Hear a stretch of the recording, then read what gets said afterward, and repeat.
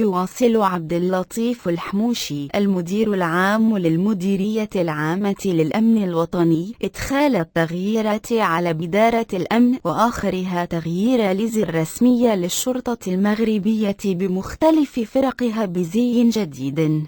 وحسب كلمة ألقيت باسم الحموشي في المعهد الملكي للشرطة اليوم، فإن الزي الجديد ذا القميص الأبيض سيصبح جاهزا لارتدائه من طرف رجال الأمن على الصعيد الوطني يوم الأربعاء 11 يناير من العام الحالي. وأكدت المديرية أنه يتلائم مع المعايير الجديدة التي وضعتها.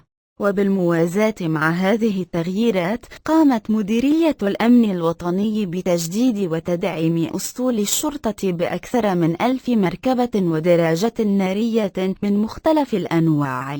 وتم تقديم سيارات الشرطة الجديدة في استعراض ضمه المعهد الملكي للشرطة، بالإضافة إلى عدد من التجهيزات الجديدة التي اقتنتها مديرية الأمن والتي تستعمل في حفظ الأمن والتعامل مع الأشخاص المقبوض عليهم.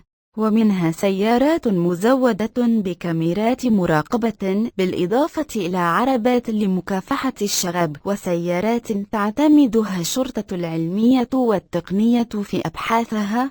ويظهر من خلال الاستعراض الذي قدمه عدد من عناصر الفرق الجديدة أنهم خضعوا لتداريب خاصة تمكنهم من التعامل مع مجرمين خطرين كانوا حاملين لأسلحة بيضاء أو أسلحة نارية، كما يتوفرون على مهارات قتالية عالية لضبط الخارجين عن القانون في الشارع.